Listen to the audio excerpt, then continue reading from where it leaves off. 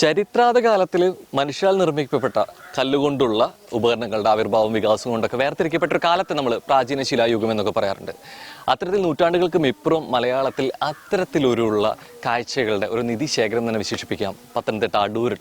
So അത്തരം കാഴ്ചകളിലേക്കാണ് ഇന്നത്തെ തെക്കുവടക്ക് എപ്പിസോഡിൽ നമ്മൾ പോകുന്നത്. സോ എല്ലാ പ്രിയ പ്രേക്ഷകർക്കും തെക്കുവടക്കിന്റെ പുതിയൊരു അധ്യായത്തിലേക്ക് സ്വാഗതം. അപ്പം എന്തായാലും ഒരു ശിലായുഗത്തിലേക്ക് അതിനേക്കാൾ ഉപരിയായിട്ട് കുറേയേറെ കാഴ്ചകളുടെ അറിവിൻ്റെ ഒരു കൂമ്പാരം തന്നെ ഇവിടെ നമ്മൾ കാത്തിരിക്കുന്നുണ്ട്. ആ കാഴ്ചകൾ നമ്മൾ കൂട്ടിക്കൊണ്ടുപോകുന്ന ഒരാൾ കൂടിയുണ്ട്.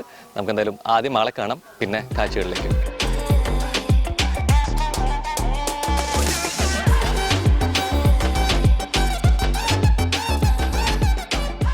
നമസ്കാരം. നമസ്കാരം. ഇതാണ് നമ്മളെ ശിലായുഗത്തിലേക്ക് കൂട്ടിക്കൊണ്ടുപോകുന്ന മനുഷ്യൻ അല്ലെ. വസ്ത്രം കൊണ്ട് ആധുനികതയുണ്ട്, പക്ഷെ അല്ലെ കളക്ഷൻ കൊണ്ട് യുഗമുണ്ട്. അപ്പൊ എന്തായാലും ഇതെങ്ങനെ എന്നുള്ളൊരു ചോദ്യം ആദ്യം ചോദിക്കാൻ തോന്നുന്നത് അല്ലെ. കാരണം എന്ന് വെച്ച് കഴിഞ്ഞാല് ഈ പേരിനൊപ്പം തന്നെ വന്നു ശിലാ സന്തോഷം എന്നുള്ളത്. പഴമ കറക്റ്റ് ആയിട്ട് നിന്ന്. അപ്പൊ അതിന്റെ കാര്യം എന്താന്ന് ചോദിച്ചാല് ശരിക്കും പഴമയെ ഓർത്താ നല്ല കാര്യങ്ങളാ. ആഹാരമായാലും എല്ലാ കാര്യങ്ങളും നമ്മൾ കണ്ടുപിടിച്ചവരെ ഓർക്കുക എന്നുള്ളതാണ് നമ്മുടെ ശിലാമ്യൂസത്തിന്റെ പ്രത്യേകത. എന്ത് കാര്യങ്ങൾ കണ്ടുപിടിച്ചോ അതിനെ ഓർക്കുക എന്നുള്ളതാ. ഇവിടുത്തെ പ്രത്യേകത ഏകദേശം ഒരു 1600 ഔഷധ ചെടി തന്നെ ഉണ്ട്. പിന്നെ കൂടാതെ 2000-ഓളം പത്രങ്ങളുണ്ട്, ഒരു 280-ഓളം ക്യാമറകളുണ്ട് പഴയത് തൊട്ട്.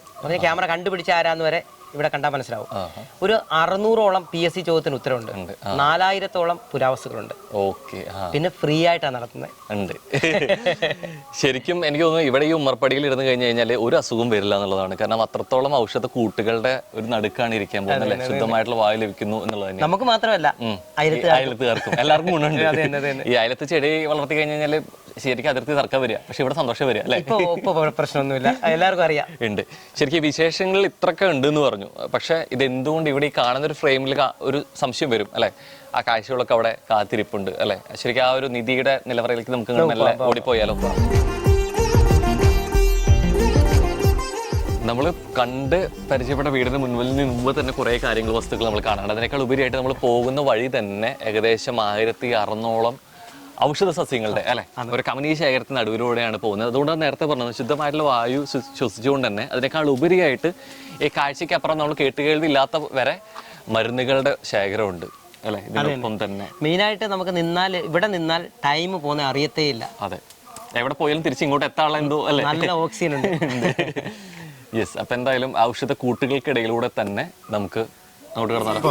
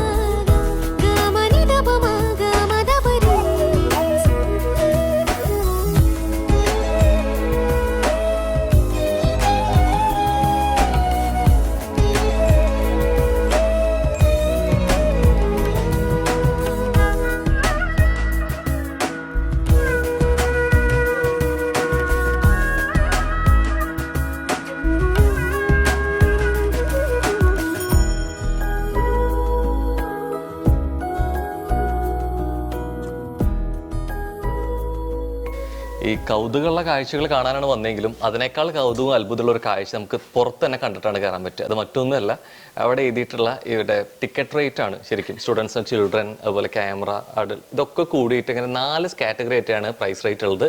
ആ 4-നും കൂടിയിട്ട് ഒരൊറ്റ പ്രൈസേ ഉള്ളൂ, 0. സോ ഇത് ഇവരിലേക്കൊക്കെ എത്തണം. അതിനേക്കാൾ ഉപരിയായിട്ട് ഇതിന്റെ ഒരു വാല്യൂ അല്ലെങ്കിൽ ഇതൊരു വരുമാന മാർഗം തന്നെ അപ്പുറത്തേക്ക് എല്ലാവരിലേക്കും ഇത് എത്തണം അല്ലെ. ഒരു അറിവെത്തണം ഉദ്ദേശ ലക്ഷ്യം. പാവപ്പെട്ട സ്കൂളിൽ നിന്നൊക്കെ കുട്ടികൾ വരും. ഇപ്പൊ ഗവൺമെന്റ് സ്കൂളും അല്ലാതൊക്കെ ഉള്ളത്. അപ്പൊ അവിടെ ഈ പൈസ ഇല്ലാത്തതുകൊണ്ട് ഇങ്ങനെ വരാനുള്ള ബുദ്ധിമുട്ട് ഉണ്ടാവും പലയിടത്തും പോകാന്. പക്ഷെ ഇവിടെ വരുമ്പം അതെല്ലാം ഫ്രീ ആണ്. അവർക്ക് ഇവിടെ നിന്ന് അവിടെ ആഹാരം കഴിച്ചിട്ടാ വന്നു പറഞ്ഞാൽ അവരിവിടെ കൊണ്ടുവന്ന ആഹാരം കഴിച്ചപ്പോ ഒരു ദിവസമൊക്കെ കഴിഞ്ഞിട്ട് വൈകുന്നേരം ഒക്കെ ചെയ്യാൻ പറ്റും എന്നുള്ളത്. അപ്പൊ ആ അത്ഭുതത്തെ കുറിച്ച് പറഞ്ഞു. അതുപോലെ തന്നെ അല്ലെ ആദ്യം തന്നെ കണ്ണുടക്കുന്ന ഒരു ഐറ്റം ആണ് ഇരിക്കുന്നത്.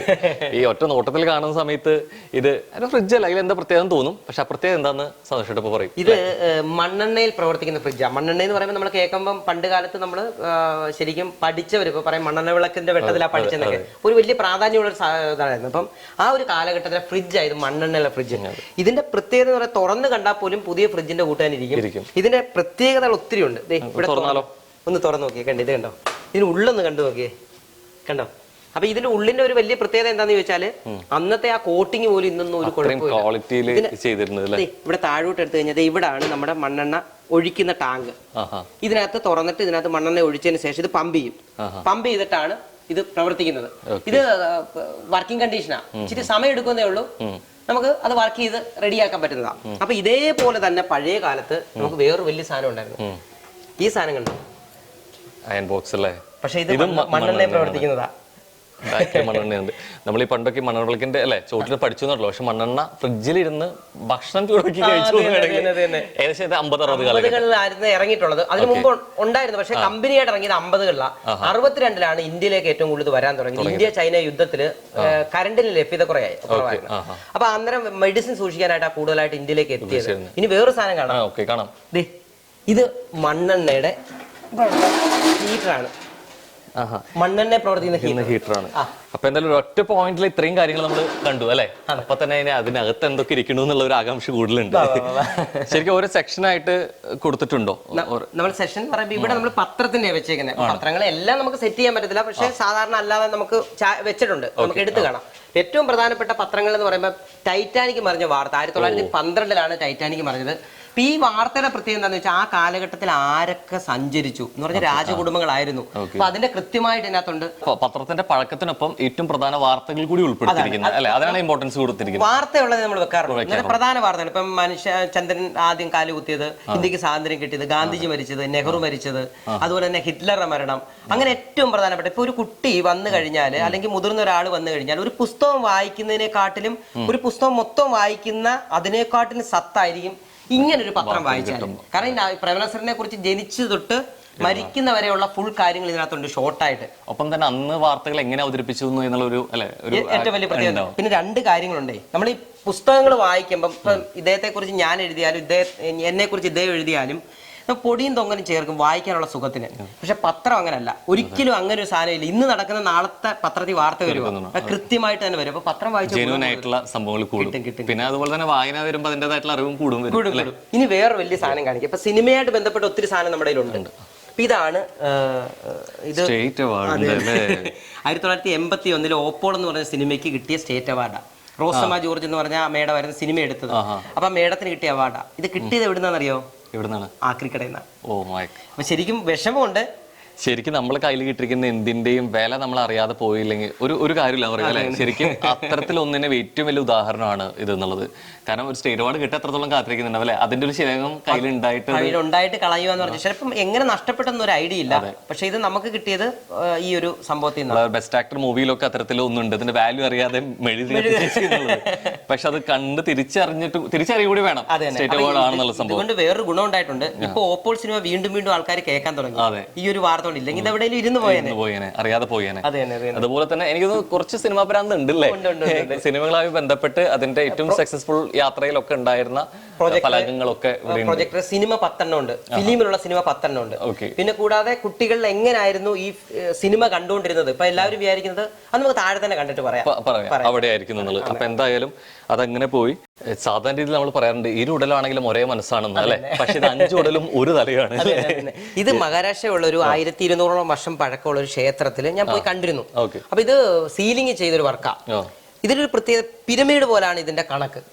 എന്ന് പറഞ്ഞാൽ ഇപ്പൊ ഈ 5 ഉടലിന് ഒരു തലയാ. ഈ ഒരു തലയും 2 കൈ മാത്രമേ ഉള്ളൂ. പക്ഷെ ഇതിൽ ഏത് ഭാഗത്ത് നിന്ന് ഏത് ഉടലിൽ നോക്കിയാലും ഈ തലയായിട്ട് ചെയ്യും. അപ്പൊ ഇതൊരു വിശ്വകർമ്മരായിട്ട് ബന്ധപ്പെട്ട ആൾക്കാർ പറയുന്നത് അവർ 5 പേരാണ് വിശ്വകർമ്മര്. അപ്പൊ ഇവർ 5 പേരൂടെ ചേർന്ന ഒരു ക്ഷേത്രം ചെയ്യുന്നെന്ന് പറയുന്നുണ്ട്. അപ്പൊ അതിന്റെ ഒരു സങ്കല്പത്തിൽ ചെയ്തെന്ന് പറയുന്നുണ്ട്. നമുക്ക് എത്രമാത്രം അത് കൊടുത്താലും പറഞ്ഞ പോലെ അതിനോട് ചേർന്ന് തന്നെ നിൽക്കുന്നുണ്ട്. ഇത് ഉണ്ടാക്കാൻ ഇച്ചിരി കഷ്ടപ്പെട്ടു. ഈ 2 സൈഡിലും ഗാലറിയിലായിട്ട് തന്നെ അതൊരു പത്രവാർത്തകളിൽ തന്നെ നിറഞ്ഞു നിൽക്കുകയാണ്. പിന്നെ വേറൊരു സംഭവം കാണിക്കാം. നമുക്കിപ്പോ കാറിന്റെ ലൈറ്റ് വെട്ടം നമ്മുടെ മുഖത്തടിക്കുമ്പോഴേ അത്യാവശ്യം നമ്മളിപ്പം കണ്ണൊക്കെ എന്ന് പറഞ്ഞാൽ ഓടിക്കാൻ പറ്റാത്ത രീതിയാണ്. പഴയ കാലത്ത് മണ്ണെണ്ണയിൽ ഈ പറഞ്ഞ കാറിന്റെ ലൈറ്റ് ഒന്ന് ആലോചിച്ച് നോക്കി. ഓ, മണ്ണെണ്ണ താഴെ കാറിന്റെ 2 സൈഡിലും ഉണ്ടാവും. അപ്പൊ അതില് തിരിയിട്ടിട്ട് ഇവിടെ കത്തിക്കും. കത്തിച്ച് പുക ഇതുവഴി പോകാനുള്ള സംഭവം. ഇനി ബാക്ക് സൈഡ് ഇതൊന്ന് തിരിച്ചേ. ഇവിടെ ഒരു കല്ലുണ്ട്. അപ്പൊ എന്താ വെച്ചാൽ ഈ ഉള്ളിലുള്ള വെട്ടം ഇവിടെ വരുമ്പോൾ ഇൻഡിക്കേറ്റർ പോലെ ബാക്കിൽ കത്തും. ഒരു കാലഘട്ടത്തിൽ ഈ വെട്ടത്തിലായിരുന്നു കാറ് റോഡിൽ കൂടെ ഓടിയത്. ഒന്ന് ആലോചിച്ച് നോക്കിയേ. അപ്പൊ ആ കാലഘട്ടത്തിൽ ആ വെട്ടത്തിന് എത്ര പ്രാധാന്യം ഉണ്ടായിരുന്നു. ലെൻസാണ് ഫ്രണ്ട്, എങ്കിലും വെട്ടത്തിന് ഒരു പരിധി. പക്ഷെ ഇന്ന് നമ്മുടെ കണ്ണ് വരെ അടിച്ചു പോകുന്ന വെട്ടമാണ്. ഒരു കാലഘട്ടത്തിൽ ഇങ്ങനായിരുന്നു ഉപയോഗിച്ചുകൊണ്ടിരുന്നത്. അതൊരു ഇൻഡിക്കേറ്റർ ഒരു വാണിംഗ് എന്നുള്ള രീതിയിൽ ബാക്കി വെച്ച് അങ്ങനെ കാണുകയും ചെയ്യാം, അല്ലാതെ ചെയ്യുകയും ചെയ്യാം. ഇനി ഇവിടെ ഒരു സാധനം ഞാൻ കാണിച്ചു തരാം. ഇപ്പൊ ഇവിടെ ഹൈറ്റ് കുറവുള്ളൊരു സ്ഥലം, ഇത് ഹൈറ്റ് കൂടിയ സ്ഥലമാണ്. അപ്പൊ നമ്മൾ എന്ത് ചെയ്യും? ഇവിടുന്ന് എന്തെങ്കിലും സാധനം വെച്ചാൽ ഇങ്ങോട്ടല്ല വരത്തുള്ളൂ. ഞാൻ ഇത് വെക്കുമ്പോ കണ്ടോണം, ഇത് അങ്ങോട്ടാ പോകുന്നത്. അപ്പൊ ഇതേ വിചാരിക്കുന്നത് അറിയോ, ഇത് വാട്ടർ ലെവൽ വ്യത്യാസം ഉണ്ടെന്ന്. നമുക്കിത് തിരിച്ചു വെക്കാം. അപ്പൊ ഇത് ഇവിടെ വെച്ചു. ഇവിടെ വെച്ചിട്ട് ഹൈറ്റ് കുറവ് അവിടെ, ഹൈറ്റ് കൂടുതൽ ഇവിടെയാണ്. നമുക്ക് ഇവിടെ വെക്കാം. മേപ്പോട്ട് തന്നെ വരത്തുള്ളൂ. ഇതില് ഉള്ളിൽ എന്തെങ്കിലും ഭാരോ കാര്യങ്ങളുണ്ടോ? റൊട്ടേറ്റ് ചെയ്യുന്നതിനനുസരിച്ചിട്ട് നിർമ്മാണ രീതിയുടെ പ്രത്യേകത കൊണ്ട് മാത്രം ഉണ്ടാവുന്ന, വേറെ ഒരു കാര്യമില്ല. ഇല്ല. അത് നമ്മൾ ഈ ആരോഹണം അവരോഹണം എന്നുള്ളതിന്റെ പദപ്രയോഗങ്ങളിൽ മാറ്റം വരുത്തേണ്ടിയിരിക്കുന്നു. ഇത് ഒരു 10-15 വർഷം മുമ്പ് തന്നെ നമ്മൾ ചെയ്ത വീണ്ടും നമ്മൾ മ്യൂസിയത്തിലേക്ക് കുട്ടികൾക്ക് പഠിക്കാൻ എന്തെങ്കിലും ഒരൊറ്റ പേരായിട്ട് എന്താ ഒന്നുമില്ല. അങ്ങനെ പ്രത്യേകത നിർമ്മാണ രീതി എന്ന് പറഞ്ഞൊരു മുകളിലേക്ക് ഉരുളുന്ന ഒരു തടി എന്ന് മാത്രമേ ഉള്ളൂ. അപ്പൊ നമ്മള് പറയും ഒരു ഇറക്കണ ഒരു കയറ്റണ്ട പറയാം അല്ലെ, ഇറക്കത്തിലേക്ക് മാത്രമല്ല കയറ്റത്തിലേക്ക് മുരുളും എന്നുള്ളത് മനസ്സിലാക്കാൻ പറ്റി. നമ്മള് സിനിമയുടെ വിശേഷങ്ങൾ പറഞ്ഞപ്പോൾ ഫലങ്ങളെ കുറിച്ച് പറഞ്ഞു. പക്ഷെ നമ്മൾ സിനിമ നമ്മളിലേക്ക് എത്തുന്നതിന് കാരണക്കാരായ കുറച്ച് പഴമക്കാരുണ്ട്. അതിലൊന്നാണ് പ്രൊജക്ടർ. ഇത് ശരിക്കും നമ്മുടെയൊക്കെ ചെറുപ്പത്തില് സ്കൂളുകളിൽ സിനിമ കാണിക്കുന്ന ഈ ഒരു പ്രൊജക്ടർ, ഞാൻ അർത്ഥം, കിലുക്കം, യോധ ഇതെല്ലാം കണ്ട ഇതിനകത്തുണ്ട്. ശരിക്കും അന്ന് തൊട്ടേ ഇതിനോടൊരു ഭ്രാന്തുണ്ടായിരുന്നു. ഇനി അതിനെക്കാട്ടി വലിയൊരു പ്രത്യേകതയുണ്ട്. ഇത് എഡിറ്റ് ചെയ്യുന്നത് ഇങ്ങനെ ഒരു മെഷീനാണ്, ചെറുത്. ആ ഫിലിം ഇട്ട് ഈ ലാബിൽ എഡിറ്റ് ചെയ്യുന്ന ഇങ്ങനെയായിരുന്നു. ഇതിന്റെ വലിയ സാധനമായിരുന്നു, അതൊന്നും ആൾക്കാർ കണ്ടിട്ടില്ല. അപ്പൊ ഇതിന്റെ വലിയ സാധനം വെച്ചായിരുന്നു വലിയ ഫിലിം എഡിറ്റ് ചെയ്യുന്നത്. എന്നിട്ട് കട്ട് ചെയ്ത് ചേർത്ത് ഒട്ടിക്കുകയൊക്കെ ചെയ്യുന്ന ഈ ഒരു രീതിയിലായിരുന്നു. അപ്പൊ അത് തൊട്ട് ഇങ്ങോട്ട് കുറെ സാധനങ്ങളുണ്ട്. റേഡിയോയുടെ തന്നെ ഒരു കളക്ഷൻ ഉണ്ട്. ഈ റേഡിയോ എന്ന് പറയുമ്പോൾ നമുക്കറിയാലോ, നമുക്കൊരു കാലഘട്ടത്തിൽ ഇതില്ലാതെ വേറൊരു സാധനം ഇല്ലായിരുന്നു. അപ്പൊ അതിനെ ഓർമ്മപ്പെടുത്താനായിട്ട് റേഡിയോയുടെ പല ടൈപ്പ്. ശരിക്കും നമുക്ക് മാധ്യമങ്ങൾ പലതരത്തിൽ ഇപ്പോൾ പറയുന്നുണ്ടെങ്കിൽ പോലും നമുക്ക് അന്ന് വാർത്തകളായിക്കോട്ടെ എന്തായാലും അറിയാനുള്ള ഇപ്പോഴും നമ്മൾ റേഡിയോ കേൾക്കുമ്പോൾ ആ പഴമയിലേക്ക് പോകും. ഇപ്പൊ ഇത് തന്നെ മലബാറിലെ ആദ്യത്തെ സൈക്കിൾ റിക്ഷയില് ലൈസൻസാ. ഈ ലൈസൻസ് കിട്ടുന്നത് ഇവിടെ ഇങ്ങനെ കൈയുടെ ഈ സൈഡാ. ഈ സാധനം ഇത് അത് ഇതിലേക്ക് ആക്കി കെട്ടണം. അത് കാണുന്ന പോലെ അത് കെട്ടി നടക്കണം. അപ്പൊ ആ ലൈസൻസ് ഉണ്ടെന്നുള്ളത് അറിയാൻ പറ്റും. പിന്നെ എഴുത്തിന്റെ തുടക്കം. ഇപ്പൊ കുട്ടികളോട് വന്നു കഴിഞ്ഞാൽ എന്താണ് എഴുത്ത്? ആദ്യം നാരായത്തില് നമ്മൾ മറ്റേ ഓലയിൽ എഴുതി, അത് കഴിഞ്ഞ് തൂവലിനകത്ത് മഷി മുക്കി എഴുതി, അത് കഴിഞ്ഞ് നിബുള്ള പേന നമ്മൾ മഷിക്ക് പകരം ടാബ്ലറ്റ് ആണ് വന്നത്. ഈ ടാബ്ലറ്റിൽ വന്നിട്ടാണ് ഇത് കറക്റ്റ് ചെയ്തത്. എന്നിട്ട് ടാബ്ലറ്റ് കലക്കിയിട്ടായിരുന്നു അങ്ങനെ എഴുതി. അപ്പൊ കുട്ടികൾക്ക് മനസ്സിലാവും ഇത്രയും സാധനം കൊണ്ടായിരുന്നു ഒരു കാലം കഴിഞ്ഞിട്ടാണ് പെന്നും പെൻസിലേക്കൊക്കെ എത്തിയിട്ടുള്ളത്. ശരിക്കും നമ്മൾ എഴുത്തൊരു പോരാട്ടവും അതിന് എഴുത്തിന് ഉപയോഗിക്കുന്ന എഴുത്താണി ഒരു പടവാളാണ്, ആയുധമാണ് നമ്മൾ പറയണ്ടല്ലേ. അവിടെയുള്ള അത്തരത്തിലുള്ള ആയുധങ്ങൾ നമ്മൾ കണ്ടു, എഴുത്താണി. ഇനി ശരിക്കുള്ള ആയുധശേഖരത്തിലേക്ക് പോവാണ്. ഈ ആയുധത്തിനൊക്കെ വലിയ പ്രത്യേകതയുണ്ട്. കാരണം പണ്ട് കാലത്ത് നമുക്ക് തോക്കൊന്നും അല്ലല്ലോ. അപ്പൊ ഇതിന് ഈ ആയുധത്തിന് എത്രമാത്രം പ്രാധാന്യം കൊടുത്തു എന്നുള്ളത് നമുക്ക് ഇവിടെ വന്നാൽ തിരിച്ചറിയാൻ പറ്റും. ഈ ഒരു കത്തി എന്ന് പറയുന്നത് ഇത് ഇവിടുന്ന് ഇങ്ങനെ ക്ലിപ്പ് ചെയ്താല് കാണിക്കാം. ഇത് കണ്ടോ, ഇതിങ്ങനെ ഒന്ന് ക്ലിപ്പ് ചെയ്യാതെ ഇത് 3 പീസാവും. കണ്ടോ? അപ്പൊ ഈ 3 പീസുള്ള സാധനം ഒറ്റ കുത്തി കഴിഞ്ഞാൽ ഇതിങ്ങനെ വിടും. വിട്ട് കഴിഞ്ഞാൽ ഉള്ളിലെ കുടലെല്ലാം മുറിഞ്ഞു ഉള്ളിൽ വരും. ഇനി നമുക്ക് ഇനിയിപ്പോ വേറെ എന്തെങ്കിലും ദേഷ്യം കൂടുതലുള്ള ആൾക്കാരാണെന്നുണ്ടെങ്കിൽ ഇത് വലിയ മുറി കൊടുക്കാം അല്ലെ, ചെറിയ കുത്തു കൊടുക്കാം. അങ്ങനെ ഓപ്ഷൻ ഉണ്ട്. ഇതൊന്നും ആരും ചെയ്യരുത്. പക്ഷെ ഇത് നമ്മൾ അന്നത്തെ ഒരു കാലഘട്ടത്തിൽ ഉപയോഗിച്ച സാധനങ്ങൾ പോയതാണ്. നമ്മൾ പറയാറുണ്ട് കുത്തി കുടൽമാല പുറത്തെടുക്കുന്നു പറയാറില്ലേ, അതിനുപയോഗിച്ചിരുന്ന സാധനം. ഇതെടുത്ത് എല്ലാം പുറത്തേക്ക് വന്നോളൂ അല്ലെ. പടിവാളല്ലേ ഇത്? വടിവാൾ എന്ന് പറയുന്നത് ശരിക്കും ഇത് കരിമരം എന്ന് പറയും. കരിമരം എന്ന് പറഞ്ഞാൽ പ്രകൃതിയിൽ ഏറ്റവും പ്രധാനപ്പെട്ട ഒരു മരമാണ് കരിമരം. അപ്പം പ്രകൃതിയിലെ 7 ഡിഗ്രി ചൂട് കുറയ്ക്കാൻ പറ്റുന്നെന്ന് പറഞ്ഞൊരു സാധനമാണ് ഈ കരിമരം. ഈ കരിമരത്തിന്റെ ഏറ്റവും വലിയ പ്രത്യേകത കട്ടി കൂടുതലാണ്, പെട്ടെന്ന് ഒടിയത്തില്ല. അപ്പൊ ഇതിനകത്താണ് ഈ വടിവാൾ വെച്ചേക്കുന്നത്. അപ്പൊ ഇത് ഈ പറഞ്ഞതിന്റെ കൂട്ട് തന്നെ ഇത് അടിക്കാനും ഉപയോഗിക്കാം. അല്ല, അതാ ഞാനും ചോദിക്കാൻ വന്നത്. ഇത്രയും ബലം ഉണ്ടെന്നുണ്ടെങ്കിൽ വടിവാളിന്റെ ആവശ്യമില്ല. ഇത് മൊത്തത്തിൽ എന്നിട്ട് കൂടുതൽ പ്രശ്നം ഉണ്ടാക്കുന്നവരെ കട്ട് ചെയ്തിട്ട് കത്തി വാളായിട്ട് ഊരിയെടുക്കും, എന്നിട്ട് ഉപയോഗിക്കും. അവിടെ നെയിൽ കട്ടർ പോലെയാ. നമ്മൾ വെട്ടാൻ മാത്രം ഉള്ളിൽ കുറെ ടൂൾസ് ഉണ്ട് പറഞ്ഞല്ലോ. ഒരൊറ്റ ആയുധത്തില് ഒന്നിൽ ആ ഒരു കാലഘട്ടത്തിൽ അങ്ങനെ ആയിരുന്നു എല്ലാം ചെയ്തത്. ഇത് അങ്ങനെയുള്ള ആയുധങ്ങൾ കുറെ ഉണ്ട്. 280ഓളം ആയുധങ്ങൾ മാത്രം നമ്മുടെ കയ്യിലുണ്ട്. ശരിക്കും ഒരു സേനനെ ക്രിയേറ്റ് ചെയ്യണമെന്നുണ്ടെങ്കിൽ അവർക്ക് വേണ്ട ആയുധങ്ങൾ പലതരത്തിലുള്ള ഇവിടെ ഉണ്ട്. ഇതിൽ നിന്ന് പുതിയ പുതിയ സാധനങ്ങൾ കണ്ടെത്താൻ പറ്റും കുറെ കാര്യങ്ങളായിട്ട്. പിന്നെ ഏറ്റവും പ്രധാനപ്പെട്ട ബോബനും മോളിയും ഇദ്ദേഹത്തിന്റെ മനസ്സിൽ എപ്പോഴും കാണുമല്ലോ. പണ്ട് നമ്മൾ കോമഡി എന്ന് പറയുമ്പോൾ ആദ്യം നമ്മൾ ബോബനും മോളിയാണ്. അപ്പൊ ആ ബോബനും മോളിയും നമ്മൾ വായിക്കുന്ന സമയം ഇത് ആദ്യത്തെ ഫസ്റ്റ് പതിപ്പാണ്, 1ാം ഭാഗം. പക്ഷെ എനിക്ക് അതിലും ശ്രദ്ധ പോയത് അങ്ങോട്ടാ, വില 1 രൂപ. അല്ല, ഇത് മാത്രമല്ല, ഇത് അടുത്ത എപ്പോ വരുമെന്ന് റിലീസ് ആകുമെന്നുള്ള നമ്മൾ കാത്തിരിക്കുമായിരുന്നു. ശരിക്കും ആ പതിപ്പുകളും ശരിക്കും ഈ വാരാന്തര പതിപ്പുകളും ഒക്കെ അങ്ങനെ തന്നെ കാത്തിരിക്കുമായിരുന്നു. അപ്പൊ അതൊരു വലിയ സംഭവം തന്നെയായിരുന്നു ഇങ്ങോട്ട്. പിന്നെ ഇങ്ങോട്ട് വന്നു കഴിഞ്ഞാൽ ഇതെല്ലാം നമുക്കിപ്പോ അങ്ങനെ പറഞ്ഞു പോകാൻ പറ്റാത്തതിനെക്കാട്ടി കൂടുതലായിട്ടുള്ള ഓരോ സംഭവങ്ങളാണ് ചെയ്തു വെച്ചിരിക്കുന്നത്. പിന്നെ ലോകത്തിൽ ആദ്യമായിട്ട് സംസാരിക്കുന്ന കുയിൻ എന്ന് പറഞ്ഞാല് കെനഡിയുടെ ഓർമ്മയ്ക്കായിട്ട് ലൈബീരിയ എന്ന് പറഞ്ഞ രാജ്യം പുറത്തിറക്കിയ ഒരു നാണയം ഇത്. ഈ നാണയത്തിന്റെ പ്രത്യേകത എന്ന് പറഞ്ഞാൽ ഇത് ഫുൾ സെറ്റ് ചെയ്തിട്ട് ബാറ്ററി ഉണ്ട്, ബട്ടൺ ഉണ്ട്. ഈ ബട്ടൺ അമർത്തി കഴിഞ്ഞാൽ കെനഡി ഏകദേശം ഒരു 30 സെക്കൻഡ് സംസാരിക്കും. അപ്പൊ അങ്ങനെ ലോകത്ത് ആദ്യമായിട്ട് ഒരിടത്തേ നാണയം ഇറക്കിയിട്ടുള്ളൂ. ശരിക്കും നമ്മൾ ഇന്ത്യയിൽ 2000 നോട്ട് ഇറക്കിയ സമയത്ത് നമ്മൾ പറഞ്ഞു നോട്ടിനുള്ളിൽ ചിപ്പ് ഉണ്ടെന്നൊക്കെ പറഞ്ഞിരുന്നു. നോട്ടിനുള്ളിൽ എങ്ങനെ ചിപ്പ് വെക്കാന്നൊക്കെ നമ്മൾ ചിന്തിച്ചിട്ടുണ്ട്. പക്ഷെ ഇത് എത്രയോ വർഷങ്ങൾക്ക് മുമ്പ് സംസാരിക്കുന്ന രീതിയിലേക്ക് ചെയ്തു വെച്ചിട്ടുണ്ടെന്ന് പറഞ്ഞ പോലെ. അപ്പൊ ഇങ്ങനെയുള്ള കൗതുകങ്ങൾ ഒത്തിരി ഉണ്ട്. പിന്നെ ലോകത്തിലെ ഏറ്റവും കൂടുതൽ ആളെ കൊന്നൊടുക്കിയ ആള് ഈദി അമീൻ എന്ന് പറഞ്ഞ ആളാണ്. സ്വന്തം കൈകൊണ്ട്, ഹിറ്റ്ലറാണ് കൊല്ലിച്ചെന്ന് പറയുന്നത്, പക്ഷെ സ്വന്തം കൈകൊണ്ട് കൊന്ന ഒരാള് ഈദി അമീൻ. അദ്ദേഹത്തിന് ഒരു നോട്ടും അത് ആ ഒരു ചരിത്രമായിട്ട് ബന്ധപ്പെട്ടതുണ്ട്. ഇനി അടുത്തത് 10 ലക്ഷം കോടിയുടെ ഒറ്റ നോട്ടാണ്. കേട്ടവർക്ക് കേരളം വാങ്ങിക്കാമെന്ന് ഒരിക്കലും ഇല്ല, വളരെ മൂല്യം കുറവാണ്. സിംബാബ്വെ എന്ന് പറഞ്ഞ രാജ്യത്തിന്റെ നോട്ടാണ്. ഇപ്പൊ നമ്മള് ഇവിടെ ഒക്കെ പോകത്തില്ല, നമ്മള് വിയറ്റ്നാമിലൊക്കെ പോകുമ്പോ നമ്മള് ഒരു ചായ കുടിക്കാനൊക്കെ ചിലപ്പം ഒരിക്കലും ഇല്ല. എത്ര മൂല്യമുണ്ട്? വളരെ കുറവാ ശരിക്കും. ഇപ്പൊ ഈ നോട്ടിന്റെ പ്രത്യേകത 14 അക്കം ഉണ്ട്. ലോകത്തിലെ ഏറ്റവും കൂടുതൽ അക്കം കൂടിയ നോട്ടാണ്. അപ്പൊ അങ്ങനെ ഒരു ഗിന്നസ് കിട്ടിയിട്ടുണ്ട് ഇതിന്. അപ്പൊ പ്രാധാന്യം കൊണ്ടും ആ നോട്ട് ലിമിറ്റഡ് പീസ് ആയതുകൊണ്ടുള്ള ഒരു വിലയുണ്ട്, അല്ലാതെ അതിന് വലിയ വിലയൊന്നുമില്ല. ശരിക്കും ചായ കുടിക്കാൻ പോകണമെങ്കിൽ ഒരു 10 ലക്ഷം രൂപ കൊടുത്തെങ്കിലൊക്കെ ചെറിയൊരു സാധനം കിട്ടുള്ളൂ. അപ്പൊ ആ ഒരു അവിടെ അവർക്ക് മാത്രമേ ഇങ്ങനെ നോട്ട് ഇറക്കാൻ പറ്റത്തുള്ളൂ.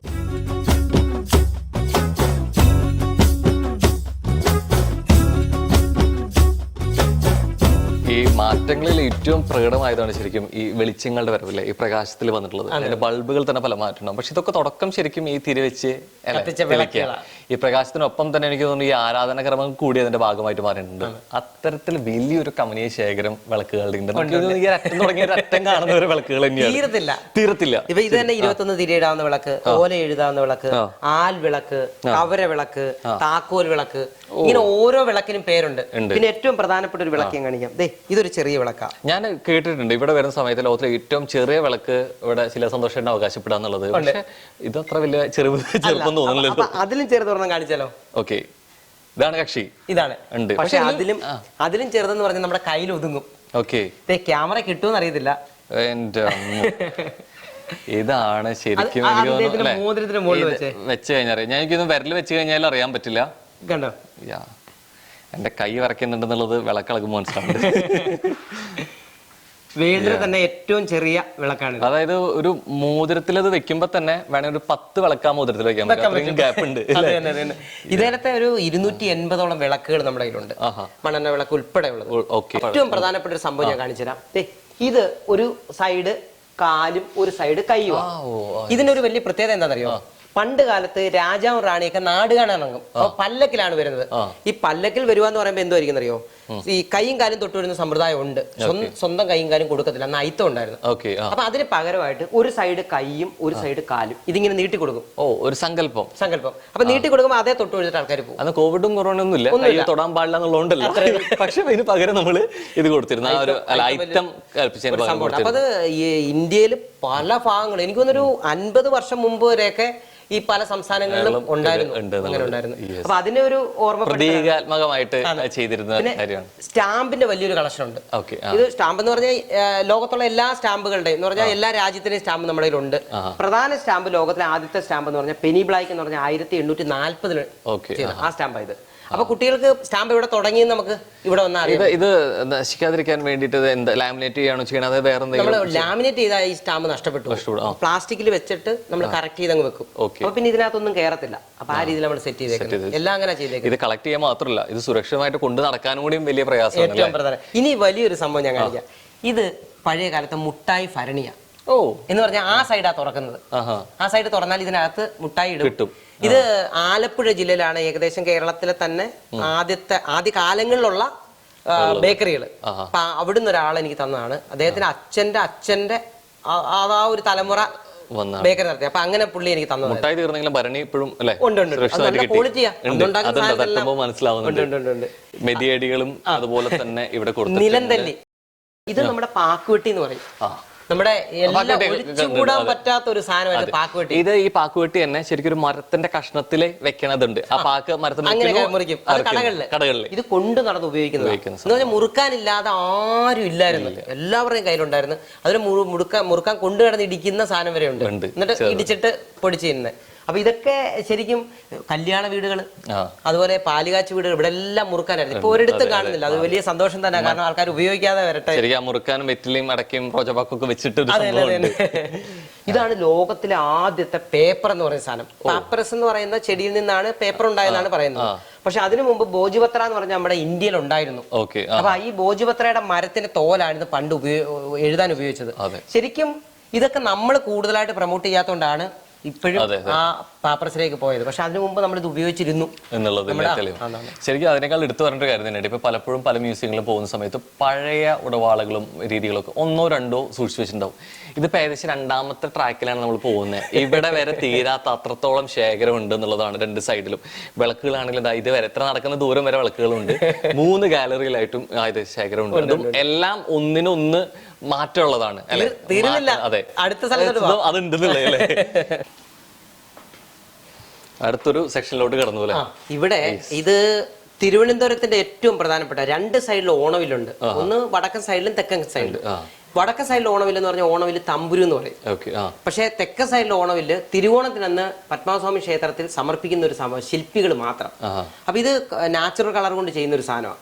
ഇത് ഈ ലോകത്തുള്ള പല ആൾക്കാരും ഇവിടെ വന്ന് കളക്ട് ചെയ്യും. ഇപ്പൊ മോദിജി ഉണ്ട്, ഇന്ത്യയിലെ പ്രധാനമന്ത്രി ലാലേട്ടൻ, അങ്ങനെ തൊട്ട് എല്ലാവരും വന്ന് കളക്ട് ചെയ്യുന്ന ഒരു സാധനമാണ്. ഇത് വീട്ടിൽ കൊണ്ടുവച്ചാൽ വളരെ ഐശ്വര്യം ഉണ്ടെന്നൊക്കെയാണ്. ഒരു ഗിഫ്റ്റ് കൊടുക്കാനായിട്ടുള്ള ഏറ്റവും പ്രധാനപ്പെട്ട സാധനം തിരുവോണത്തിൽ നിന്ന് മാത്രം വരയ്ക്കുന്നതാണ്, അങ്ങനെ സമർപ്പിക്കുന്നത്. ഇവിടെ വീണ്ടും പൈസയിലേക്ക് ഇങ്ങോട്ട് വരുമ്പോഴേ നമ്മളെല്ലാം പറയാറുണ്ട്, ലോകത്തിലെ ഏറ്റവും വലിപ്പമുള്ള നോട്ട് റഷ്യയുടെയാണ്. വലിപ്പം കൊണ്ട്. അപ്പൊ ചെറുതേതാന്ന് ചോദ്യം വരികയാണെങ്കിലും റഷ്യ തന്നെ. അത് സ്റ്റാമ്പായിരുന്നു, നോട്ടാക്കിയതാ. അപ്പൊ ഈ 2 സംഭവങ്ങളും റഷ്യയായിരുന്നു. അത് മൂല്യം കൊണ്ടല്ല, ഏറ്റവും വലുപ്പത്തില്, കാഴ്ചയിലെ ഏറ്റവും വലുപ്പത്തിലുള്ള നോട്ട്, വലിയ നോട്ടും ചെറിയ നോട്ടും റഷ്യ തന്നെയാണ്. പിന്നെ ഇങ്ങോട്ട് എത്തിക്കഴിഞ്ഞാൽ ഇപ്പൊ നോട്ടുകളുടെ വലിയൊരു കളക്ഷൻ നമ്മുടെ ഉണ്ട്. ഇപ്പൊ നോട്ടിന്റെ പല വ്യത്യാസങ്ങള്. ഇത് ഫാൻസി നമ്പരാ. 1,00,000 തൊട്ട് ഞാൻ ചോദിക്കാൻ വരുമായിരുന്നു ഈ 100 നോട്ടിന് എത്ര പ്രത്യേകത. പക്ഷെ ഇത് ഇവിടെ എഴുതിയിരിക്കുന്നത് അല്ലേ. ഞാൻ നോട്ട് നോക്കുമ്പോഴേ ഇതിന്റെ ഒപ്പിട്ട് ആരാന്ന് നോക്കും. അതുപോലെ തന്നെ മറ്റേ ഇതിന്റെ സീരിയൽ നമ്പർ എല്ലാം. നമ്പർ 100 നോട്ടാണെങ്കിലും 1,00,000 അല്ലേ നമ്പർ കിടക്കുന്നത്. 2,00,000 3,00,000 അങ്ങനെ 9,00,000 വരെ ഉണ്ട്. അതൊരു വളരെ കളക്ട് ചെയ്യാന്. അപ്പൊ പിന്നെ അടുത്ത ഇപ്പൊ നോട്ടിന്റെ നാണയത്തിന്റെയും കാര്യം പറയാൻ വേറൊരു സാധനം ഞാൻ കാണിക്കാം. ഇത് ഈ ബാംബു കോയിൻ എന്ന് പറയുന്നത് മുള കൊണ്ട് നിർമ്മിച്ച കോയിനാ. ഇത് ചൈനയാണ് ഇറക്കിയത്, വർഷങ്ങൾക്ക് മുമ്പ് ഇറക്കിയതാ. നമ്മുടെ പിന്നെ ലോകത്ത് പല സ്ഥലത്ത് തടി നോട്ടായിട്ട് നാണയമായിട്ട് ഉപയോഗിച്ചു. അതുപോലെ മരത്തിന്റെ തോല്, പിന്നെ തുണിക്കഷ്ണങ്ങള്, കല്ലുകള്, ശംഖ്, ഇതെല്ലാം നോട്ടോ അല്ലെങ്കിൽ നമ്മുടെ മൂല്യത്തിന് നാണയമായിട്ട് ഉപയോഗിച്ചിരുന്നു. ശരിക്കും എനിക്ക് തോന്നുന്നു അതിലത്തെ ഒരു സീൽ അക്കങ്ങളിൽ എന്തെങ്കിലും പ്രത്യേകത അല്ലെങ്കിൽ കള്ള നോട്ടടി ചിലപ്പോ ഇങ്ങനെയൊക്കെ ഉണ്ടായി പറയാൻ പറ്റത്തില്ല. അന്ന് ഇതൊക്കെ തന്നെ. പിന്നെ അതുപോലെ തന്നെ നമുക്ക് ഈ ഏറ്റവും പ്രധാനമായിട്ട് നമുക്ക് ഈ സൂര്യഗ്രഹണം കാണുമെന്നൊക്കെ പറയുന്നു. അപ്പൊ നമ്മൾ പണ്ട് കാലത്ത് ഈ ചാണകവെള്ളം ഇങ്ങനെ കലക്കി വെച്ചിട്ട് അതിനകത്തൊക്കെ നോക്കുമായിരുന്നു പറയുന്നത്. പക്ഷെ അന്നൊന്നും നമുക്ക് ഈ പറഞ്ഞതിന്റെ കൂട്ടൊരു ടെക്നോളജി അന്നേരം നമുക്ക് കുട്ടികളിലൊന്നും എത്തിയിട്ടില്ലായിരുന്നു. പക്ഷെ റൊമാനിയ എന്ന് പറയുന്ന രാജ്യം ഒരു നോട്ട് ഇറക്കി. ആ നോട്ടിന്റെ ഒരു സൈഡിൽ കൂടെ കണ്ണി കൂടെ ഇങ്ങനെ നോക്കാം. ഗ്ലാസ് ഒക്കെ വെച്ചിട്ട് ഈ നോട്ടിൽ കൂടെ നോക്കിക്കഴിഞ്ഞാൽ ഗ്രഹണം കാണാൻ പറ്റും. സയൻസ് ഒരുമാതിരി വന്നു. അപ്പൊ ഇങ്ങനെയൊക്കെ നമ്മളും തുടങ്ങിയിരുന്നെങ്കിൽ കുറച്ചുകൂടെ വലിയ പ്രാധാന്യം വന്നേനെ. നമുക്കിവിടെ അതുപോലെ തന്നെ എഴുത്താണ് ഇവിടെ കണ്ടു. ഇവിടെ എഴുത്തോലകൾ കാണാൻ പറ്റും. ഇവിടെ കുറച്ചുകൂടി വാളിന് പ്രത്യേകതകളോടാണോ മാറ്റിയിരുത്തിയിട്ടുള്ളത്. കുറച്ചൊരു ലക്ഷറി ഫെസിലിറ്റീസ് ഇവിടെ കൊടുത്തിട്ടുണ്ട്. അവിടെ ചുമലിൽ കയറിയപ്പോ ഇവിടെ ബോക്സിലാണ്. ഇത് ഇച്ചിരി പ്രാധാന്യത്തിലുള്ള വാളാണ്. ഇത് തമിഴ്നാട്ടിൽ ഉപയോഗിച്ചതാണ്. ഇത് രാജാക്കന്മാരെ പോലുള്ളവർ ഉപയോഗിച്ച വാളാണ്. അപ്പൊ അതിന് അത്ര പ്രാധാന്യം ഉണ്ട്. ഇതിനകത്തൊരു കോട്ടിങ്, വെള്ളി കോട്ടിങ് പോലൊക്കെ ചെയ്തിട്ടുണ്ട്. പക്ഷെ ഇതിന്റെയൊക്കെ ഒരു പ്രത്യേകത എന്ന് പറഞ്ഞാൽ വാളും തമ്മിൽ വെട്ടിയാൽ ഒടിയത്തില്ല, വാത്തല പോകത്തില്ല. അപ്പൊ ആ ഒരു സിസ്റ്റം അന്ന് ഉണ്ടാക്കിയിരുന്നവര്. നമ്മുടെ ഈ ആയുധമൊക്കെ എടുത്തൊന്ന് ചെക്ക് ചെയ്ത് നോക്കിയാലേ ശരിക്കും ഒരു കാലഘട്ടത്തില് ഇതിന് എത്ര പ്രാധാന്യത്തോടെ, എത്ര മൂർച്ച നഷ്ടപ്പെടാതിരിക്കാൻ വേണ്ടിയുള്ള അങ്ങനെ പല കാര്യങ്ങളും കണ്ടെത്തിയിട്ടായിരുന്നു ആയുധങ്ങൾ ഉണ്ടാകുന്നത്. അപ്പൊ ഈ പഴമ കാണാൻ നമുക്ക് മനസ്സിലാവും. പക്ഷെ ഇപ്പോഴത്തെ ഒരു കത്താൾ എടുത്തിട്ട് നമ്മൾ തേങ്ങ പൊതിക്കുമ്പോൾ തന്നെ ഇത് വളഞ്ഞു പോവാം. കാരണം അത് എന്താ വെച്ചാൽ നിർമ്മാണത്തിന്റെ കുഴപ്പമാണ്. അപ്പൊ ലോകത്തിലെ ഏറ്റവും മൂർച്ചയേറിയ വാളായിട്ടുള്ള ജാപ്പനീസ് സാമ്രാജ്യം നമുക്ക് ഗിന്നസ് കിട്ടിയത് ഇവിടെ ഉണ്ട്. പിന്നെ ഈ സൈഡിലോട്ട് നോക്കിക്കഴിഞ്ഞാൽ സ്റ്റോണുകളാ. ഇനി ഞാനൊരു പ്രത്യേകത പറയട്ടെ, ഈ സ്റ്റോണുകളൊക്കെ ഉണ്ടാവുന്നത് എങ്ങനെയാണെന്നറിയോ? ഈ സ്റ്റോണുകൾ ഉണ്ടാവുന്നത് ഇപ്പൊ ആരോട് ചോദിച്ചു കഴിഞ്ഞാൽ പെട്ടെന്ന് പറയും ഡയമണ്ട് ഉണ്ടാവുന്നത് കരിയിൽ നിന്നാന്ന് പറയും. പക്ഷെ ഡയമണ്ട് കരിയിൽ നിന്നുണ്ടാവുന്ന കരി എവിടുന്നാ വരുന്നത്? മരം മണ്ണിനടി കിടന്ന് കുറെ വർഷം കഴിയുമ്പോൾ ഉണ്ടാവുന്നത് ഫോസിലാവുന്നതാണ്. ഫോസിലിന്റെ ആദ്യത്തെ സ്റ്റേജ് ആയത്. ഇത് മരം തന്നെ. അത് കഴിഞ്ഞിട്ടാണ് ഇങ്ങനെ ഓരോരോ സ്റ്റേജിലേക്ക് വരുന്നത്. അങ്ങനെ മരതകം ഉണ്ടാവും, അങ്ങനെ പല പല സാധനം. ഇത് നമുക്ക് യൂട്യൂബിലൊന്ന് സെർച്ച് ചെയ്യുമോ അല്ലെങ്കിൽ ഇതിൽ നോക്കി നെറ്റിൽ നോക്കി കഴിഞ്ഞാൽ കൃത്യമായിട്ട് കിട്ടും.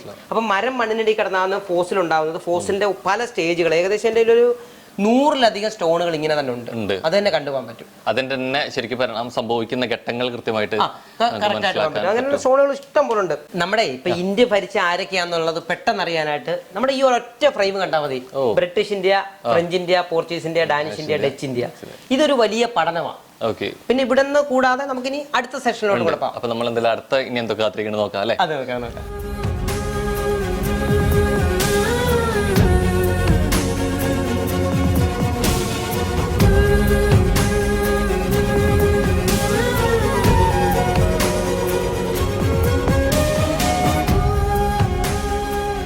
നമ്മുടെ ഏറ്റവും ആയുധങ്ങൾ തീർന്നിട്ടില്ല. ഇത് കണ്ടോ, ഇതാണ് ലോകത്തിലെ ഏറ്റവും മൂർച്ചയേറിയ ആയുധം. ഇത് ഗിന്നസ് കിട്ടിയതാണ്. ഹരി എന്ന് പറഞ്ഞ അദ്ദേഹം ഒരു പിന്നെ നമ്മുടെ തലയിൽ പൈനാപ്പിൾ വെച്ച് കട്ട് ചെയ്ത് അങ്ങനെ ഗിന്നസ് കിട്ടിയ സാധനം. ലോകത്തിലെ ഏറ്റവും മൂർച്ചയേറിയ വാളായത് എന്ന് പറഞ്ഞാൽ ഇത് ഷേവ് ചെയ്യാന്നാ പറയുന്നത്. അത്രയ്ക്ക് മൂർച്ചയാണ്. അങ്ങനെയുള്ളത് തൊട്ടാണ് ഇവിടുന്ന് അങ്ങോട്ട് നമുക്ക് വരേണ്ടത്. പിന്നെ ഇത് പല്ലാങ്കുഴി, പണ്ട് മഞ്ചാടി കളിക്കുന്ന ഗെയിം കളിക്കുന്ന ഒരു സാധനമാണ്. ഈ രണ്ട് സൈഡിലും നമുക്ക് പറഞ്ഞു തീരാൻ പറ്റാത്ത സാധനങ്ങളാണ്. ഇനി ഒരു കൗതുകത്തോടൊരു സാധനം കാണിക്കാം. ഇത് കണ്ടോ, ഇത് ശരിക്കും ഇങ്ങനെ കാണിക്കുമ്പോൾ എന്താന്ന് ചോദിച്ചാൽ മനസ്സിലാവില്ല. പക്ഷെ ഇങ്ങനെ ശരിക്കും ഇത് കൽവിളക്കാണ്. ഇതിന്റെ പ്രത്യേകം എന്ന് പറഞ്ഞാൽ ഇവിടെ എണ്ണ ഒഴിച്ചിട്ട് തിരിയിടും. എന്നിട്ട് കത്തിച്ചു കഴിഞ്ഞാൽ എണ്ണ ഇവിടെ ഒഴിക്കുകയും ചെയ്യും. കുറെ സമയം കത്തി നിൽക്കും. പണ്ടത്തെ കൊട്ടാരങ്ങളിൽ ഇങ്ങനെ സൈഡിൽ വെക്കുന്ന ഒരു സാധനമാണ് ഇത് കൽവിളക്ക് എന്ന് പറയും. ഇനി ഇങ്ങോട്ട് വന്ന ഇത് പറങ്കിപ്പൂട്ടെന്ന് പറയും. കായംകുളം കൊച്ചുണ്ണിക്ക് പോലും തുറക്കാൻ പറ്റത്തില്ലെന്ന് വാർത്ത വന്നതാണ്. കാരണം മനോരമയിൽ ഒരു വലിയ വാർത്ത ഉണ്ടായിരുന്നു. അപ്പൊ അങ്ങനെ ഒരു സാധനമാണ് കൽവിളക്ക് എന്ന് പറയുന്നത്. പറങ്കിപ്പൂട്ട്. ഇത് പറങ്കിപ്പൂട്ട് എന്ന് പറയുന്നത് ഇതാണ്. ഇത് അതുപോലെ തന്നെ ലോകത്തിലെ തന്നെ ഏറ്റവും ചെറിയ മൊബൈൽ ഫോൺ എന്ന് പറഞ്ഞാൽ സിം ഇടാവുന്ന ലോകത്തിലെ ഏറ്റവും ചെറിയ വർക്കിംഗ് മോഡൽ തന്നെ. ഇത് ഒറിജിനൽ ആയിട്ടുള്ളതാണ്. ഇത് ഒഫീഷ്യലായിട്ട് ഇറങ്ങിയത്. പക്ഷെ വളരെ കുറച്ചും കണ്ടേ ഇറങ്ങിയിട്ടുള്ളൂ. എന്റെ അപ്പുറത്ത് ഏറ്റവും പരിചിതമായിട്ടൊരു സാധനം ചെറുതുണ്ട്. ഇപ്പോഴും ആളുകൾ അത് ഇടുന്ന ഒരു ശീലമാക്കി മാറ്റി. മാസ്കിന് ഏറ്റവും ചെറിയ മാസ്ക് എന്താണെന്ന് നമ്മൾ തിരിച്ചറിഞ്ഞ് അതിന്റെ പ്രാധാന്യം തിരിച്ചറിഞ്ഞ് അപ്പൊ അതിനുവേണ്ടി ഒരു സ്റ്റാമ്പ് ഇറക്കിയതാണ്. ലോകത്ത് ആദ്യത്തെ മാസ്കിന്റെ സ്റ്റാമ്പാണ്. അപ്പൊ ഇത് ഓരോ രാജ്യങ്ങളും ഇപ്പൊ അതൊരു എനിക്ക് തോന്നുന്ന ഒരു വലിയ സംഭവമാക്കി മാറ്റിയിട്ടുണ്ട്. അതൊരു ചരിത്രത്തിന്റെ തലകളെ പിടിച്ചു തുടങ്ങിയില്ലേ. അതുപോലെ ചെഗുവേര സൈൻ ചെയ്ത നോട്ട്. ഇത് ക്യൂബയിലെ ഫിനാൻസ് മിനിസ്റ്ററായിട്ട് വളരെ കുറച്ച് നാൾ പുള്ളി ഉണ്ടായിരുന്നു. അദ്ദേഹം സൈൻ ചെയ്ത നോട്ടായത്. അപ്പം ശരിക്കും ഏതൊക്കെ രാജ്യത്ത് എന്തൊക്കെ പ്രധാനപ്പെട്ടതുണ്ടായിരുന്നു എന്നുള്ളത് നമ്മൾ കറക്റ്റ് ചെയ്ത് വെച്ചിട്ടുണ്ട്. പ്രധാനപ്പെട്ടതും മികച്ചതും അല്ലെ, അത്രയും യുണീക്ക് ആയിട്ട്. എന്തായാലും ആ കാഴ്ചകൾ തീർന്നല്ല ഇവിടെ. നമ്മൾ തുടങ്ങി വെച്ച അതേ വീടിന്റെ മുറ്റത്ത് നമ്മൾ തുടങ്ങി അല്ലെ. പക്ഷെ അതിന്റെ അകത്തളങ്ങളിൽ കുറച്ച് കാഴ്ചകൾ കൂടി നമ്മൾ കാത്തിരിക്കുന്നുണ്ട്. അങ്ങോട്ട് പോയാലോ? കാണാം. പലതരം മ്യൂസിയം കാഴ്ചകൾ നമ്മൾ കണ്ടിട്ടുണ്ട്. പക്ഷെ വീട് തന്നെ മ്യൂസിയം ആക്കിയിട്ടുള്ള മനുഷ്യനാണ് നിൽക്കുന്നത്. അപ്പൊ എന്തായാലും എനിക്ക് തോന്നുന്നു ഞാൻ വന്നപ്പോൾ താഴെ ഉണ്ടെന്ന് പറഞ്ഞപ്പോൾ കുറച്ചൊരു ഏരിയയിൽ മാത്രമായിരിക്കും ഉണ്ടാവുന്നത്. ഇപ്പൊ അടുക്കളയും അതുപോലെ തന്നെ ബെഡ്റൂം ഒഴിച്ച് ബാക്കി മൊത്തം മ്യൂസിയം ഉണ്ട്. ആർക്ക് വേണമെങ്കിലും വരാം. ഭാവിയിൽ അത് മാറ്റും അല്ലെ. തീർച്ചയായിട്ടും പ്രാചീന കാലത്തെ രീതിയിലേക്കുള്ള പാത്രങ്ങൾ കൊണ്ടുവന്ന് രീതിയിലേക്ക് കലം പാത്രങ്ങളും. അപ്പൊ എന്തായാലും നമുക്ക് അകത്ത് പോയി നോക്കാം എന്തൊക്കെ നമ്മൾ കാത്തിരിക്കുന്നുണ്ട്. ഇവിടെ എത്തിക്കഴിഞ്ഞാല് നമ്മള് മുകളില് നമ്മൾ മണ്ണെണ്ണയുടെ ബാക്കിയെല്ലാം കണ്ടു. ഇത് മണ്ണെണ്ണയുടെ ഫാനാണ്. ഞാൻ പറയാൻ പോകുന്നത് അതൊന്നുമല്ല. ശരിക്കും ഇതെന്താണ്? ഇത് ട്രോഫിക് കടയോ? ഇത് ശരിക്കും ട്രോഫിക് ഷോപ്പും ഉണ്ട്, ഇതിന്റെ ഒപ്പം ബിസിനസ് ഉണ്ട് പറയാം. ഇതൊക്കെ ശരിക്കും ഇവിടെ വന്നിട്ട് പോകുന്ന ആൾക്കാരുടെ സന്തോഷം, നാട്ടുകാരുടെ സന്തോഷം. ഈ പല മേഖലയിൽ വർക്ക് ചെയ്യുന്നത്. ഇപ്പം ആയുർവേദമാണെങ്കിലും അതുപോലെ തന്നെ ശരിക്കും കൃഷിയായിട്ട് ബന്ധപ്പെട്ട് 140ഓളം നെൽവിത്തുകൾ നമ്മുടെ കയ്യിലുണ്ട്. അപ്പൊ അങ്ങനെയുള്ള പല കാര്യങ്ങൾ കൊണ്ടുള്ള അവാർഡുകളാണ് നമുക്ക്. കലാകാരനുമാണ്, നല്ല കർഷകനാണ് അല്ലെ. പക്ഷെ ഇവിടെ ഇത്രയും നാൾ വന്നിട്ട് സമ്മാനങ്ങൾ ഇങ്ങോട്ട് തന്നാ ചെയ്തുള്ള അല്ലെ. ഇന്ന് എപ്പിസോഡ് കഴിഞ്ഞ് പോകുമ്പോ ഒരു ചേഞ്ചിന് സന്തോഷമായിട്ട് എനിക്കൊരു ഗിഫ്റ്റ് തരും. യെസ്. അപ്പൊ എന്തായാലും നമ്മൾ പറഞ്ഞു വന്നത് ഇതിലേക്കാണ് അല്ലെ. ക്യാമറ എന്ന് പറയുമ്പോഴേ ശരിക്കും 50 വർഷം സ്റ്റുഡിയോ നടത്തിയ ആളോട് ഞാൻ ചോദിക്കുക, ചേട്ടാ ക്യാമറ കണ്ടുപിടിച്ച് തരാന്ന്. പുള്ളി ഒന്ന് തപ്പും. ഇതുവരെ അങ്ങനെ ഒരാളും പറഞ്ഞിട്ടില്ല. അപ്പൊ നമ്മൾ മനസ്സിലാക്കേണ്ടത് എന്താണ്, നമ്മുടെ കയ്യിൽ എല്ലാവരുടെയും ഇതിന് ക്യാമറയുണ്ട്, പക്ഷെ അത് കണ്ടുപിടിച്ച ആളെ നമ്മൾ ഓർക്കണം. അപ്പൊ ഇവിടെ വന്നാല് ജോസഫ് നിസോഫർ എന്ന് പറഞ്ഞ ആളാണ് ക്യാമറ കണ്ടുപിടിച്ചത്. 1826 ക്യാമറ കണ്ടുപിടിച്ചത്. ഇതിന്റെ എല്ലാ കാര്യങ്ങളും ഉണ്ട്. ഇത് 1912 ഫുൾ മെറ്റീരിയൽ ആയിട്ടൊരു ക്യാമറ എന്ന് പറഞ്ഞാൽ മൊത്തം മെറ്റൽ കൊണ്ട് ഉണ്ടാക്കിയ ക്യാമറയാണ്. ഇതിങ്ങനെ കറക്കിയാണ് ഉപയോഗിക്കുന്നത്. ഇങ്ങനെ കറക്കി ഉപയോഗിക്കുന്ന ഒരു ക്യാമറയാണ്. ഇതിന് ഒത്തിരി പ്രത്യേകതയുണ്ട്. ഇപ്പൊ നമ്മൾ ചാർലി ചാപ്ലിന്റെ സിനിമ കാണത്തില്ലേ, സൗണ്ട് ഇല്ലാതെ ശബ്ദമില്ലാത്ത അങ്ങനെ ഒരു ക്യാമറയാണ്. ഇന്ത്യൻ മ്യൂസിയങ്ങളിൽ ഇതില്ല. ഇത് ശരിക്കും ഇതിന്റെ ഒരു സ്റ്റാൻഡിംഗ് രീതിയിൽ നമ്മൾ സിനിമയിൽ കണ്ടുള്ള പടക്കം നോക്കിയ തരത്തില ഒറ്റ ഫോട്ടോയിൽ വലിയ മിസ്റ്റർ എന്നിട്ട് മാമുക്കോയ ഒരു ട്രൈപോഡിൽ നിൽക്കുന്ന ഒരു മാഗേശ്വരി ക്യാമറ. അപ്പൊ അത് തൊട്ട് നമ്മുടെ ഫ്ലാഷ് ഇല്ലയോ, ഫ്ലാഷ് മാറ്റണമായിരുന്നു. ഇപ്പൊ നമുക്ക് ഒരു ഫോട്ടോ എടുത്താൽ അടുത്ത ഒരു ഫോട്ടോ എടുക്കണമെങ്കിൽ ആ ഫ്ലാഷിന്റെ ബൾബ് മാറ്റണം. ഇത് ഒറ്റ ടേക്കിൽ അടിച്ചോണ്ടിരിക്കുക. അപ്പൊ അതൊക്കെയുള്ള കാര്യങ്ങൾ മനസ്സിലാക്കാൻ പറ്റും. പിന്നെ ഗ്രാംഫോൺ ഇങ്ങോട്ട് വന്നു കഴിഞ്ഞാൽ ഇവിടെ ഗ്രാംഫോൺ ഉണ്ട്. അതുപോലെ തന്നെ ഗ്രാംഫോണിന്റെ പല വെറൈറ്റി തന്നെ നമ്മുടെ കയ്യിലുണ്ട്. പിന്നെ നമുക്ക് അകത്തോട്ടും പോവാം. ഇത്രയും കളക്ഷൻ ഉണ്ടെന്ന് വിചാരിച്ച് ആരും അടിച്ചു മാറ്റാൻ നോക്കണ്ട. ഇവിടെ ഇരുന്നുകൊണ്ട് എല്ലാം CCTV കണ്ടുകൊണ്ടിരിക്കുന്നുണ്ട്. അങ്ങോട്ട് കയറാം.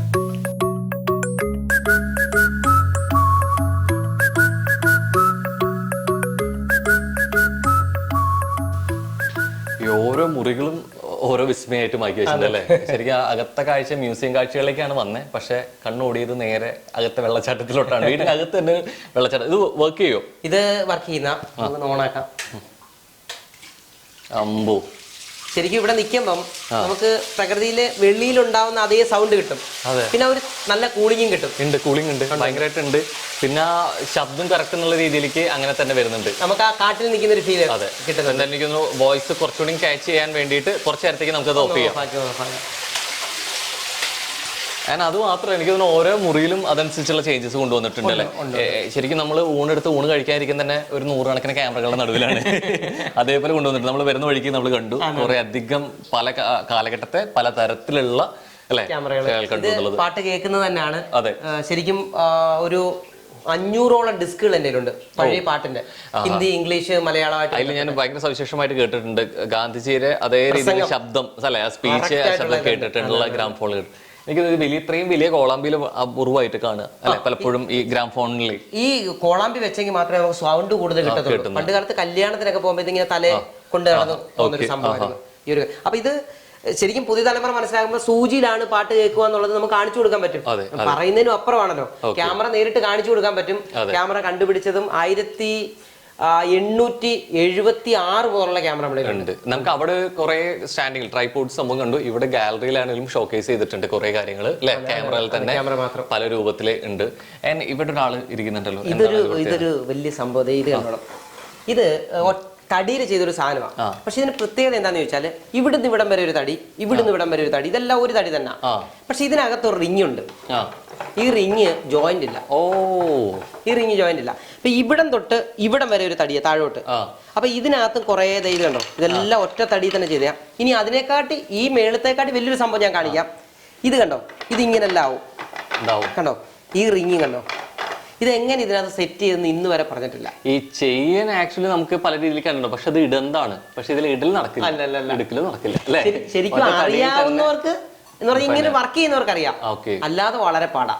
ശരിക്കും ഇവിടെ കണ്ടുകൊണ്ടിരിക്കുമ്പോൾ എനിക്ക് കണ്ട് നമുക്ക് പുതിയ കാഴ്ചകളിലേക്ക് എത്തുമ്പോൾ ആ കൗതുകം നിലനിർത്താൻ പറ്റുന്ന അത്തരത്തിലും കളക്ഷൻ ഉണ്ട്. ശരിക്കും കൗതുകത്തോടെ കാണാനാണെങ്കിൽ ഒരു 3 ദിവസം വേണ്ടി വരും ഓരോന്നിനും അറിഞ്ഞ് മനസ്സിലാക്കി വരാൻ വേണ്ടിയിട്ട്.